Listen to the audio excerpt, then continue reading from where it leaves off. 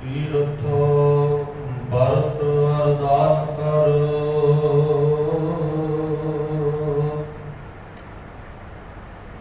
मन में करे गुमान। नानक निहफल जात कै जो पंचर स्नान।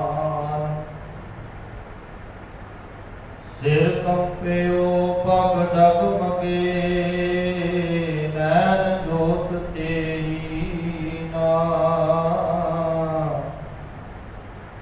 कहो नानक बिद पई,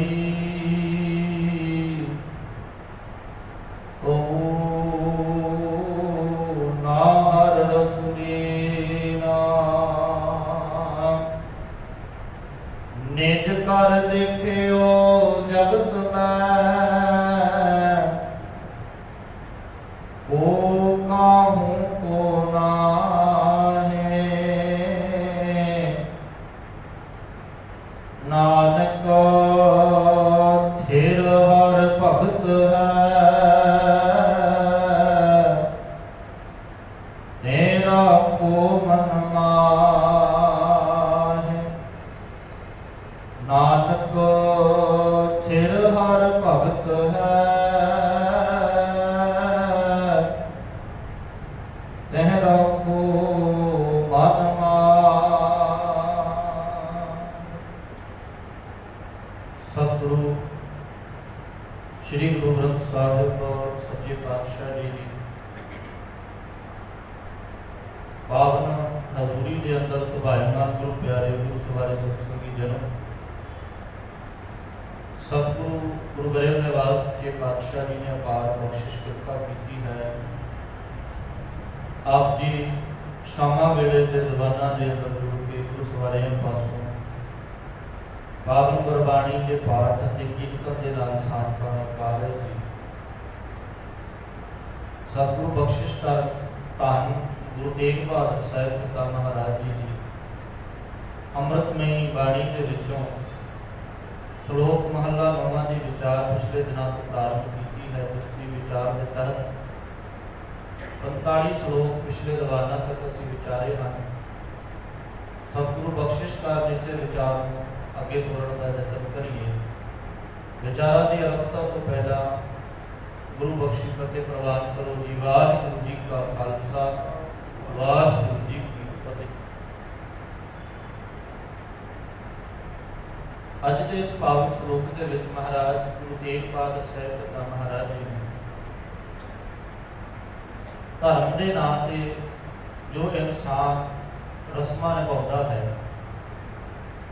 इन्हां दा जिक्र करदे महाराज ने बचन बख्शिश किए, जिथे हजूर कहते तीर्थ बरत अरदान कर। महाराज कहते कोई इंसान तीर्थां ते जाके स्नान करता, कोई इंसान अपने तन नूं भुखिया रख के रब नूं प्राप्त करने का यतन करता, कोई इंसान दान करके रब की प्राप्ति के साधन कर रहा है। महाराज कहते ये कर्म अनेका ने। जो गुरु अर्जन साहब पिता महाराज जी को पूछिए तो हजूर ने पूरी अष्टपदी गिनाई है। एक एक कर्म इंसान रब की प्राप्ति के वास्ते की कुछ करता है।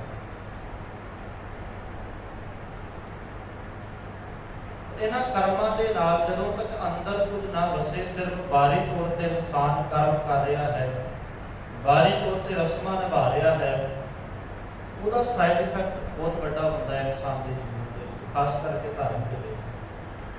जिहड़ा इंसान सिर्फ शरीरक तौर पर रस्मां निभाता है, भावें वो पाठ की गल होवे, भावें वो कीर्तन की गल होवे, भावें वो दान पुण्य करने की गल होवे, भावें वो सेवा करने की गल होवे, ते और भी इत्यादि बड़े सारे कर्म ने।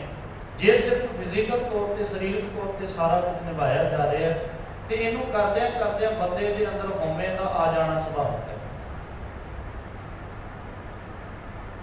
इंसान को भुलेखा लगन लग पैंदा है जे अंदर कुछ नहीं है, शरीर सेवा कर रहा है, शरीर गुरुद्वारे आ रहा है, ये नाल ये बड़ा बड़ा मन में वहम हो जाता है कि देखिया मेरे वर्गा नेमी कोई नहीं है।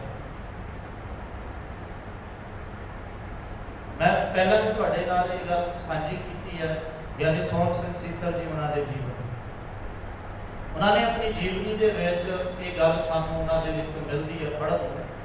उन्होंने जिक्र किया कहते जो मैं वो ढाडी होए ने, बड़े महान ढाडी होए है, बड़ा कुछ उन्होंने पंथ में किताबों के रूप के या ढाडी प्रसंग के रूप के कौम की झोली के पाया। वो कहते भी जो मैं पुस्तक पढ़ता मैनू ज्ञान आना शुरू होया, पुस्तक पढ़ के किताबा पढ़ के मैनू ये ज्ञात होता भी बात तेरे वर्गा ज्ञानी कोई नहीं है, कितना पढ़ता कितना ज्ञान है। कहते साडा काम सी असीं लोकां नूं इतिहास सुनाना ते असीं होर पढ़ना। कहते जो मैं 10-12-100 किताबां पढ़ियां तो मैनू लगा मेरे वर्गा ज्ञानी कोई नहीं है। जो मैं पढ़ता पढ़ता 1000 किताबां तो उपर लग गया, मैनू लगा भी हजे तैनूं आउंदा कर।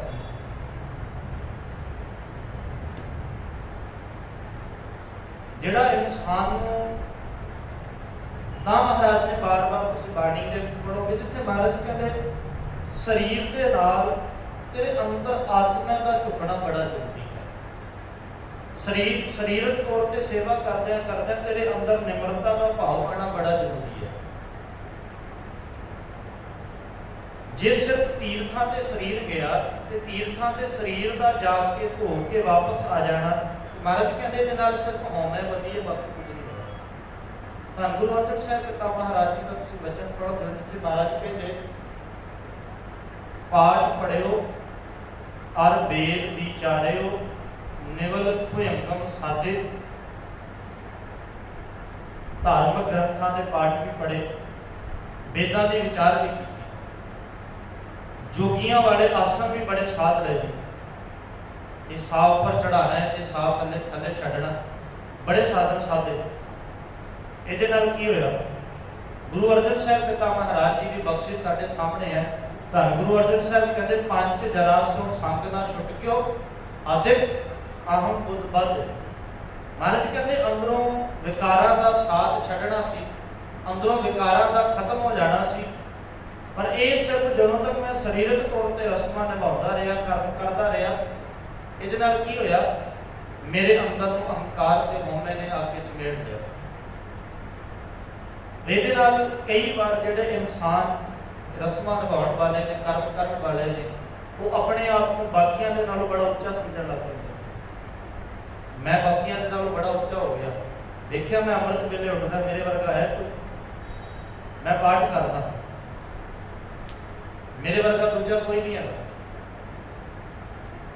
मोहम्मद साहब के जीवन की एक बड़ी प्यारी गाथा है। बड़े पंज वक्त के नवाजी मोहम्मद साहब, उन्होंने दोतरे का जिक्र इन्हों के इतिहास के सानू पढ़ने को मिलता है। उन्होंने सवेरे उठना, खास करके अजकल भी साढ़े घरों के रिवाज है भी जे कोई अमृत वेले उठता, चित्त तो साडा सारिਆਂ का करते भी असीं उठीए, पर नहीं उठ पाते, कह के तो असीं सारे सुनने भी सानू भी उठा लियो नाल, उदों साडी नहीं मानसिक अवस्था वो बनती। खैर उन्हें कहा भी नवाज अदा करने के वास्ते सवेरे मैं भी जाने तुहाडे नाल। उन्हें कहा सवेर हुई, सवेर की नवाज अदा करने के वास्ते मोहम्मद साहब ने जाना। उन्होंने दोतरे नाल उठा लिया, उन्हें अपना स्नान किया, वुजू किया, नमाज अदा करके वापस आ रहे थे, लोग सुते पे।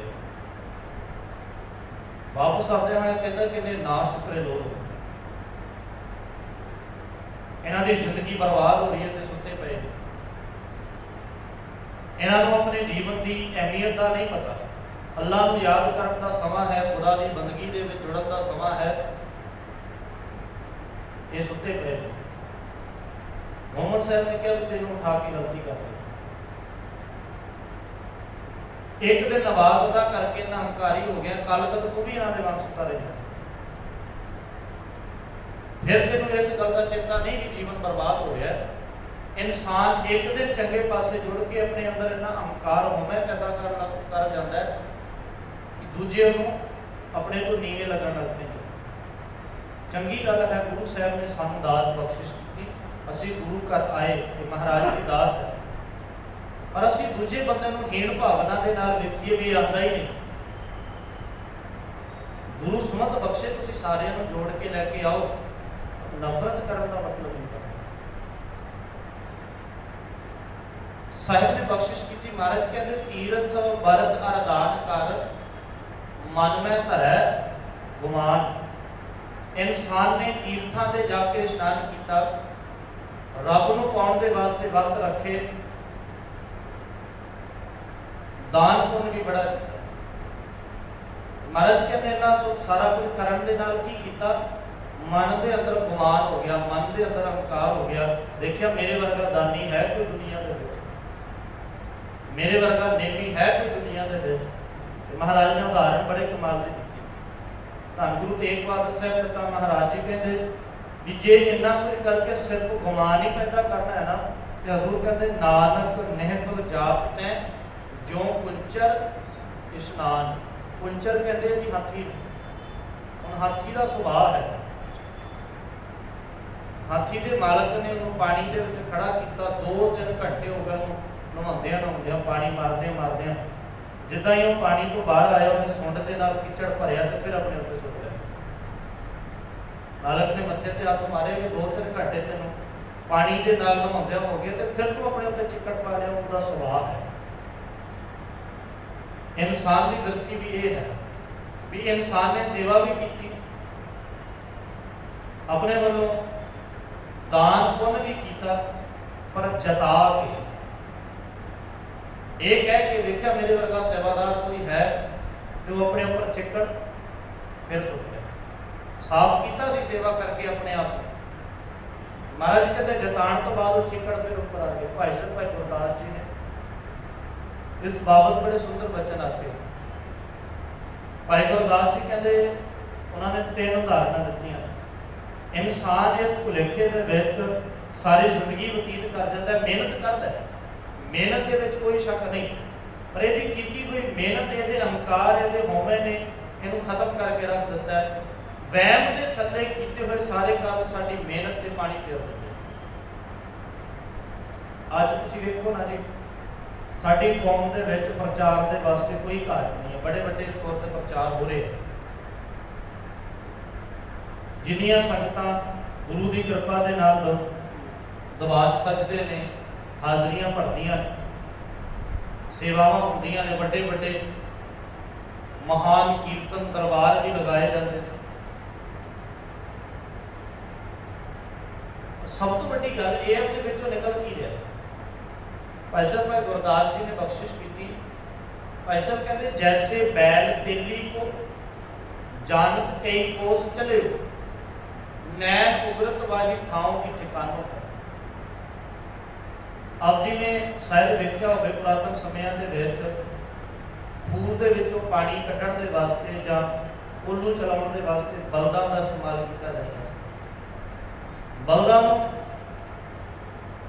जो के ते उस खूह दे आले दुआले जां कोल्लू दे आले दुआले घुमना पैंदा सी। उन्हां दे घुमण दे नाल कोल्लू ने घुमना। वो जिहड़ी प्रक्रिया है कोल्लू दी वो बलदां दे चलण दे नाल चलदी, अज मशीनी दौर दे नाल चलदी। जो उन्होंने गोलाई दे विच घुमना तो घूमदियां घूमदियां चक्कर ना आ जाण ते किसान जिहड़ा कोल्लू वाला तेली है वो बलदां दे अखां ते कपड़ा बन दिंदा, खोपा बन दिंदा, जिहदे नाल उन्हां नूं ये पता ना लगे भी असीं सीधे चल रहे हैं कि गोल चल रहे हैं, चलते रहे। भाई साहब कहते भी जिहड़ा बल्द है वो सवेर का जोया शामां तक थक गया, टुट गया। जो शामां उसकी अखां तो कपड़ा लाया तो हैरानी हुई, बल्द कहते सवेर के तुर रहे खड़े उत्थे के उत्थे थक गए। ये नहीं कहा जा सकता भी असीं तुर नहीं रहे, सवेर तो तुर रहे हैं, पर साडा सफर क्यों नहीं हो रहा, असीं अगे क्यों नहीं वध रहे। कहते तुसीं देखो ना इस गल नूं, इस उदाहरण नूं किते अपने जीवन के उत्ते टिका के देखो। साडी मेहनत ते शक नहीं, मेहनत साडी बड़ी है, पर झाती मार के वेखिए साडा सफर कितना तय हो रहा, असीं अगे कितना क वधे। कीर्तन सुनने तो पहला भी लालची सी, कीर्तन सुनने तो बाद भी लालची रह गए। सेवा करने तो पहला भी उदां दे सी ते सेवा करने तो बाद भी उदां दे। पाठ करने तो पहला भी उदां दे सी ते पाठ करने तो बाद भी कोई सारा कुछ। सिर्फ बारी तौर ते कर्म करके रस्मां निभा के असीं अपने आप को ये शांति जरूर दे रहे हैं भी असीं बड़ा बड़ा कर्म कर रहे हैं, पर जे बदलाव नहीं आ रहा तो सिर्फ साडी हालात उस तेली के बल्द वर्गी है जिहड़ी मेहनत जरूर कर रहा है पर सफर नहीं हो रहा।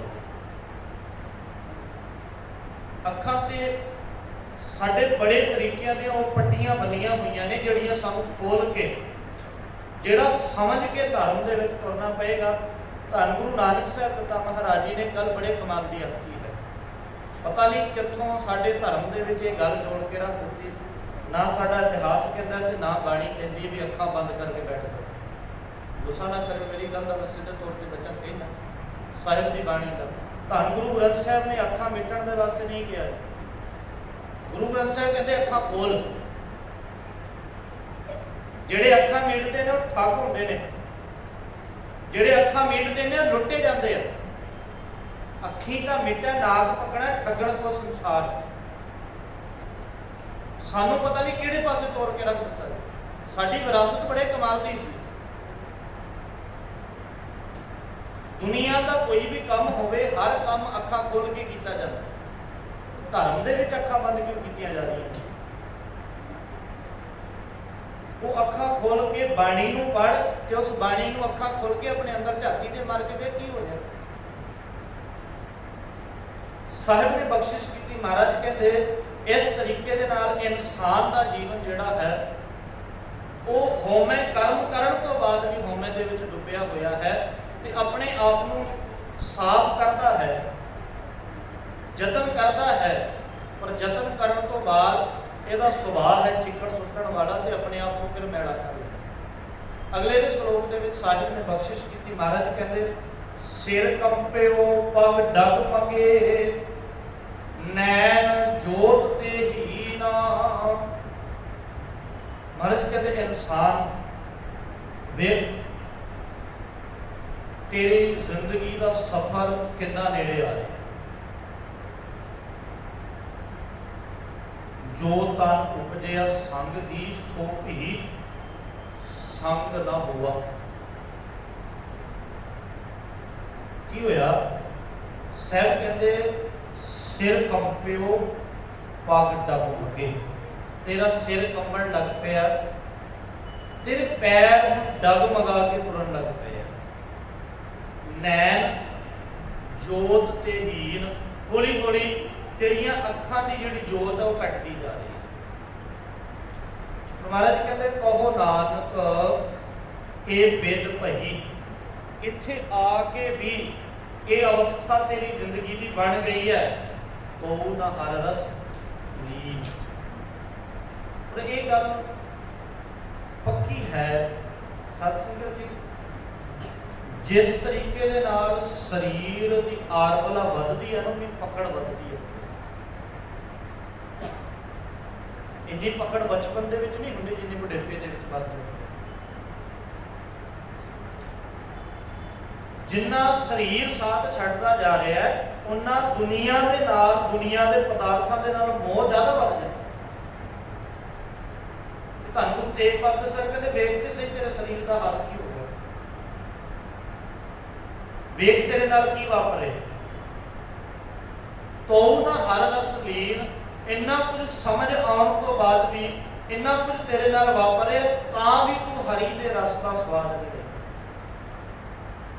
तां भी तू अपनी जिंदगी के मकसद को पछाणन तो वांझा नहीं।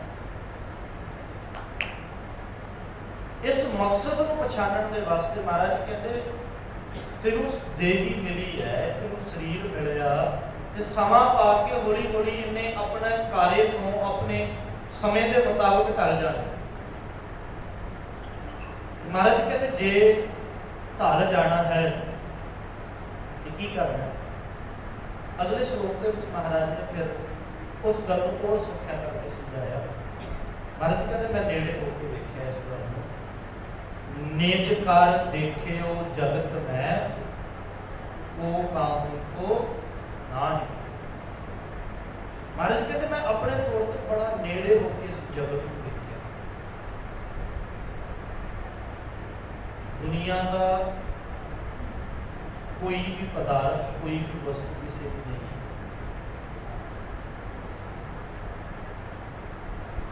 जिन्हां दे पिछे लग के जिंदगी का स्वाद बिगाड़ लिया, जिन्हां दे पिछे लग के जिंदगी नूं समझ नहीं आई जिंदगी की, महाराज कहते बड़ा नेड़े होकर मैं तकिया इस चीज को, कोई साथ निभाता नहीं। साथ निभाने का मतलब ये नहीं है, जिंदगी के पद्धर पर बड़िया सारिया चीज़ा ने जिहड़ियां साडी जिंदगी का साथ देंगे, कला शरीरक तौर पर नहीं। देखो जो साथ की या संग की गल आएगी ना, तो संग भी दो तरीके का होता है। शरीरक तौर पर संग करने के वास्ते सानू घाटा नहीं। शरीरक तौर पर साडे कोल साडा परिवार है, शरीरक तौर पर साडे कोल साडे दोस्त मित्र ने, शरीरक तौर पर बड़ा कुछ है साडे कोल। पर महाराज कहते जिन्ना शरीरक तौर पर तेनों संग की लोड़ है, तेरा आत्मिक सहाय वो भी तो चाहिए। उत्थे महाराज ने जिक्र किया सी भी ये सारिया चीज़ां शरीरक पद्धर से ठीक हो सकदियां, भावें परिवार की गल होवे, भावें पदार्थां की गल होवे, शरीरक पद्धर से इन्हां नूं ठीक किया जा सकता है। पर जदों आत्मिक पद्धर की गल आएगी, जदों उस गल को समझना पएगा, तो उत्थे महाराज कहते उस गल वल ध्यान ही नहीं गया, उन्होंने समझ नहीं पाए। तो महाराज कहते को काहू को नाहे, शरीरक तौर पर साढ़े नाल खड़न वाले होंगे, पर आत्मिक तौर पर कोई नाल निभण वाला नहीं है। आत्मिक तौर पर नाल निभण वाला कौन है? अगली बचन महाराज ने बख्शिश की हजूर कहते नानक थिर हर भगत है। दुनिया की हर चीज ने साथ छड़ना, थिर का भाव है टिकी रहने वाली, नाल निभण वाली, केवल परमात्मा की भगति। तेह रखो मन मार। जिथे दुनिया के पदार्थों का मोह मन के टिका के रखिया, उत्थे अस्थिर जी सदा स्थिर रहने वाली परमात्मा की भगति है, जी नाल निभण वाली है। धन गुरु नानक साहब पिता महाराज जी का वचन है, महाराज कहते सज्जन सही नाल मैं चलदिया नाल चलन। सज्जन का भाव होता है मित्र दोस्त। धन गुरु नानक साहब कहते मेरी नज़र के विच सज्जन वो है जिथे मैं चला मेरे नाल चले। जिंदगी के विच तुसीं कहोगे बथेरे हो जाएंगे जिहड़े साडे नाल चलण नूं तैयार है, महाराज कहते ना आत्मक तौर पर मेरे नाल चलो। जिथे लेखा मंगी है, जिथे मेरे सज्जन मेरे गुण ने, रब की बख्शिश है, रब का हुक्म है, तो जिथे भी मैं डोलदा, कितना प्यारा बचन है महाराज का। हजूर कहते जिथे भी मैं डोलदा ना, गुरु का बचन मेरे नाल आके खड़दा, डोलण दी लोड़ नहीं। जिथे लेखा मंगी है, जिथे खड़े दसन, जदों मेरे मन के विच लालच आउंदा ना, उदों गुरु का बचन मैनूं मेरे नाल खड़िया दिसदा। जदों मैं लोभी होना, उदों गुरु का बचन आके मेरा सहाई होता। इहनूं क्या असल संगी। जिन्हां दे गुरु का बचन संगी नहीं बनिया, उन्होंने लोभी होने तो, लालची होने तो नहीं रोक सकता। जिन्हां का गुरु का वचन सहाय हो जाए, वो ना लोभी होते ना लालची होते, उन्हां दा आत्मक बल इन्ना कुछ मजबूत हो जाता है कि वो आरे दे नाल चिरन लगे कि ये गल का दावा करते हैं कि तुसी दावा करके कहो असीं कल्ले आ, असीं दावा करके कहने साडे नाल साडा गुरु। साहिब ने बख्शिश की, महाराज कहते नानक थिर हर भगत है, तेह रखो मन माहे। उस परमात्मा की भगती नूं मन दे विच टका के रखो, जिहड़ी सदा थिर रहण वाली, साडी जिंदगी दे विच सहाय बनन वाली है। सतगुरु सच्चे पातशाह की कृपा कर बख्शिश कर। भुलां गलतियां दी क्षमा। वाहिगुरू जी का खालसा वाहिगुरू